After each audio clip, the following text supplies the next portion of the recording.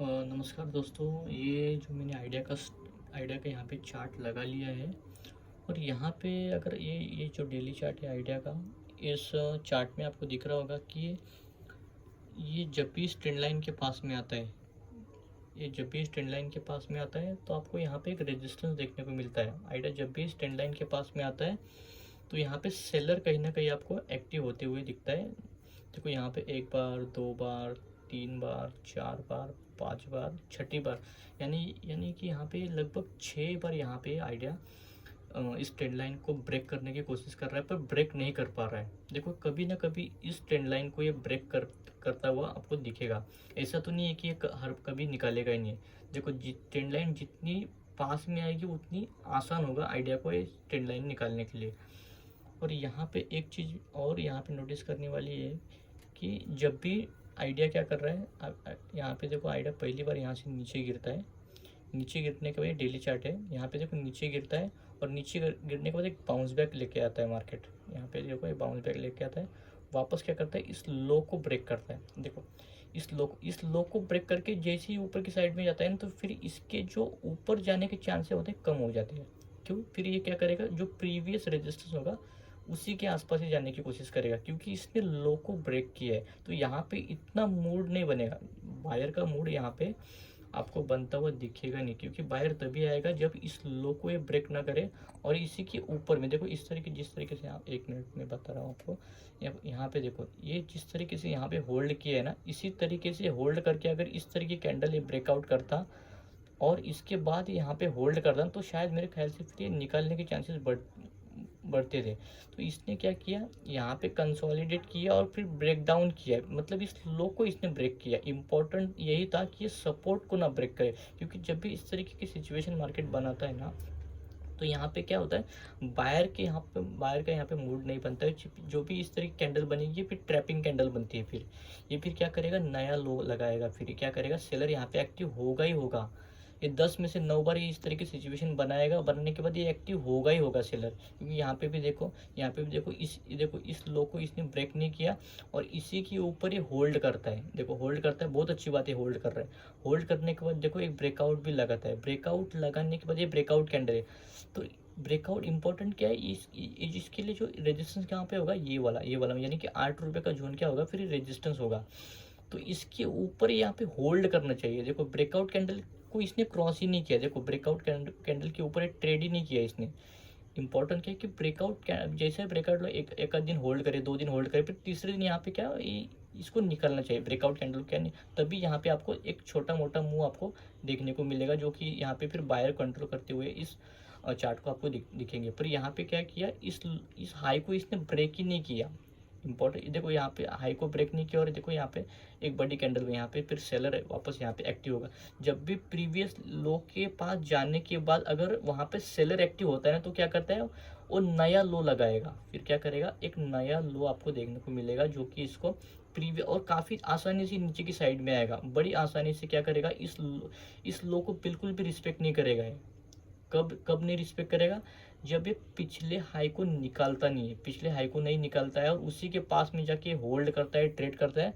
और उसके बाद जब भी गिरावट लेके आएगा तो फिर क्या करेगा, ये जो लो होगा ना, इसको बड़ी आसानी से फिर ये नीचे की साइड में जाता हुआ दिखेगा। फिर किसी भी तरीके का आपको सिग्नल नहीं देगा, ये कोई भी बाउंस बैक भी नहीं देगा। बाउंस बैक भी होगा, काफ़ी छोटा सा बाउंस बैक होगा और लो काफ़ी आसानी से लगाता हुआ आपको दिखेगा। सेम सिचुएशन यहाँ पे मार्केट ने बनाई है। देखो अभी यहाँ पे क्या किया है चार्ट ने, यहाँ पे देखो ये वाली जो कैंडल बनी, ये भी बुलिश कैंडल ही है। इसके ऊपर देखो ये इसके लिए अब ये रेजिस्टेंस एरिया था, तो इसने क्या किया, इसके ऊपर बहुत अच्छी तरीके से इसने होल्ड किया। होल्ड करने के बाद एक ब्रेकआउट भी लगाया। देखो ये ब्रेकआउट लगाया। ब्रेकआउट लगाने के बाद देखो इसने कोशिश की ऊपर जाने की, राइट। अभी मेजर रेजिस्टेंस क्या है, पहला ये वाला 8 रुपये का जोन है ना, 7 साइड मेरे का 7.68 का, मैंने शायद ग्रुप में भी दिया था। 7.6 ये पहला रेजिस्टेंस होगा इसके लिए, 7.68 का। इसके बाद देखो ये नीचे आता है, पर नीचे आने के बाद इसको ब्रेक नहीं करता है। इंपॉर्टेंट क्या है कि इसको इसने ब्रेक नहीं किया और यहाँ पे देखो काफ़ी अच्छा इसने होल्ड भी किया है।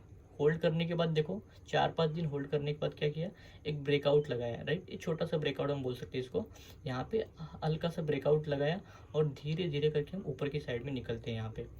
पर वापस अभी ये इम्पोर्टेंट क्या है, अभी जब तक इसके नीचे नहीं जाएगा ये, जब तक इसके यानी ये पकड़ लो, लमसम आप ये पकड़ लो, ये वाला पकड़ लो आप, 650, जब तक 650 के नीचे जब तक ये क्लोज नहीं करेगा डेली चार्ट पे, ये डेली चार्ट ही है, डेली चार्ट पे जब तक ये 650 के नीचे क्लोज करे और अगले दिन उसकी ऊपर नीचे ट्रेड करेगा तो बहुत तेज़ी से नीचे की साइड में आपको आता हुआ दिखेगा, फिर बड़ा मूव आपको देखने को मिलेगा, जो कि जो पहला सपोर्ट होगा 6.10 यानी कि 10-15% काफ़ी आसानी से नीचे की साइड में आता हुआ आपको दिखेगा। कभी जब ये इसको ब्रेक करेगा, इसको 650 के नीचे डेली चार्ट पे ये क्लोज करे और अगले दिन उसके नीचे ट्रेड करे, ऐसा नहीं कि 650 के पास क्लोज किया और अगले दिन उसके ऊपर अगर ट्रेड किया, मतलब गैप अप भी होता है, तो फिर क्या होगा, फिर इसकी इंपॉर्टेंस खत्म हो जाएगी फिर। अभी देखो यहाँ पे इसने क्या किया है, आज बहुत अच्छी कैंडल बनी यहाँ पे, ये जो हैमर कैंडल है ना, बहुत अच्छी एक पावरफुल कैंडल बनी है यहाँ पे, जो कि अभी ये एक्टिव कब होगी, जब इसके ऊपर, यानी कि आज का लो मेरे ख्याल से आज का हाई है 6.94 का मेरे ख्याल से हाई लगा है, 6.9, जैसे इसके ऊपर 7.33 के ऊपर जब ये ट्रेड करेगा ना, तो यहाँ पे ये स्ट्रॉन्ग रेजिस्टेंस है, फिलहाल के लिए एक रेजिस्टेंस एरिया है, इसके ऊपर ट्रेड करने लगेगा ना, तो आपको एक शानदार शॉर्ट कवरिंग आपको मूव देखने को मिलेगी, जो कि इसको लेके आएगी पहली बार में, फिर ये वाला 7.68 का जोन होगा ना यहाँ पे, अगर इसके नीचे ट्रेड कर, ये कैंडल बहुत इंपॉर्टेंट है, अगर इसके बीच में अगर 2 दिन 3 दिन होल्ड करता है, होल्ड करने के बाद अगर ये ऊपर की साइड में निकलता है ना, तो आपको जो पहला रेजिस्टेंस होगा ना वो यही होगा 7.68 के, इसी के पास ये पहली बार आपको जाता हुआ दिखेगा। उसके बाद ये ट्रेंड चेंज कब होगा, जब ये 2 रेजिस्टेंस को, कम से कम कितने रेजिस्टेंस को निकलना चाहिए इसमें, कम से कम ये 2 रेजिस्टेंस को निकाले, यानी कि 8 रुपये के ऊपर, यानी कि आइडिया अगर 8 रुपये के ऊपर एक कंटिन्यू होल्ड करता रहता है, बना रहता है ना, तो मेरे ख्याल से फिर ये आपको शॉर्ट टर्म का जो ट्रेंड होगा वो आपको कहीं ना कहीं यहाँ पे चेंज होता हुआ दिखेगा आइडिया के लिए। अभी आइडिया फिलहाल निगेटिव है ही, 650 के नीचे और वीकनेस आपको ये दिखाएगा, 650 के जैसे नीचे ट्रेड करेगा ना तो और वीकनेस आपको देखने को मिलेगी। अभी इसके ऊपर है तब तक ठीक है, आज की कैंडल भी बनी है, काफ़ी अच्छी बुलिश कैंडल बनी है, हैमर के देखो जैसे हैमर के ऊपर ट्रेड करेगा ना एक अच्छी मूव आपको देखने को मिलेगी। ये जो 7.6 है ये 10% का मूव है, कितना परसेंट का मूव है, ये 10% का मूव है। 1 मिनट, ये क्या हो गया, हाँ, ये जो 7.68 है ना, ये 10% का मोमेंटम है, काफ़ी आपकी नज़र यहाँ पे रखो आप, जैसे इस हाई को ये काटेगा ना और यहाँ पे होल्ड करना चाहिए, होल्ड करने के बाद अच्छी ये जो छोटा सा रेजिस्टेंस है इसको काफ़ी आसानी से निकालेगा और पहला मूव यही होगा यहाँ तक का, यहाँ पे फिर कहीं ना कहीं आपको होल्डिंग होती हुई दिखेगी और 8 रुपये के ऊपर ट्रेड करता है तो मेरे ख्याल से यहाँ पे बायर एक बार एक्टिव होगा और फिर यहाँ पे फिर ये शॉर्ट कवरिंग, बड़ी शॉर्ट कवरिंग आपको तभी देखने को मिलेगी जब ये 8 रुपये के ऊपर कंटिन्यू ट्रेड करेगा ना डेली चार्ट पे, यानी कि ये 2-4 दिन यहाँ पे क्लोज करे 8 रुपये के ऊपर, ज़्यादा हो गया, 8 रुपये के ऊपर अगर ये क्लोज करना स्टार्ट करते हैं तो अच्छी मूव आपको देखने को मिलेगी और फिर आपको एक आइडिया का जो चार्ट होगा ना आपको एक बुलिशनेस की तरफ आपको जाता हुआ दिखेगा। अभी बहुत सारी न्यूज़ इसमें चल रही है आइडिया में आप देखो यूट्यूब पे बहुत सारी न्यूज़ तो है, तो मैं तो सिर्फ टेक्निकल के बारे में ही आपको बताऊंगा। टेक्निकल यही कहता है कि जब तक ये 650 के ऊपर रहेगा ना तो यहाँ पे पॉजिटिविटी, यानी कि ये फिर बायर यहाँ पे कंट्रोल करता हुआ आपको दिखा। अभी फिलहाल तो ये चार्ट सेलर के कंट्रोल में, जब भी हायर एंड के पास पहुँचता है यहाँ पे सेलर आपको एक्टिव होता हुआ दिखता है और होता ही होता है वो। देखो जब भी हायर एंड के पास पहुँचता है एक बड़ी बड़ी कैंडल आपको देखने को मिलती है, देखो एक बड़ी वाली कैंडल आपको देखने को मिलती है। इसलिए बोल रहा हूँ जैसे इसके नीचे ट्रेड करेगा, अभी यहाँ पे इसने प्रीवियस हाई को निकाला नहीं, फिर इंपॉर्टेंस क्या है कि ये वाली जो कैंडल है, ये वाली सेलर की कैंडल, इसको ये निकाल के आया है, इंपॉर्टेंट क्या है, इसको ये निकाल के आया है और इसको इसने ब्रेक नहीं किया है। देखो ये ब्रेकआउट कैंडल थी, राइट, ये 2-3 दिन का मूवमेंट था, उसके बाद ये ब्रेकआउट लगा था। तो इम्पोर्टेंट ये वाली है, ये हैमर कैंडल तो बहुत इंपॉर्टेंट है और ये जो बेस है ये वाला तो बेस ही है। इसके नीचे जाएगा तो आपको समझ लेना एक वापस एक डाउनफॉल, शार्प डाउनफॉल आपको देखने को मिलेगा। यहाँ पे फिर क्या होगी, बहुत सारी यहाँ पे अनवाइंडिंग होगी, लॉन्ग अनवाइंडिंग, जो भी पोजीशन लेके जाते फ्यूचर में वो लोग भी यहाँ पे अपनी प्रॉफिट बुकिंग करना स्टार्ट करेंगे।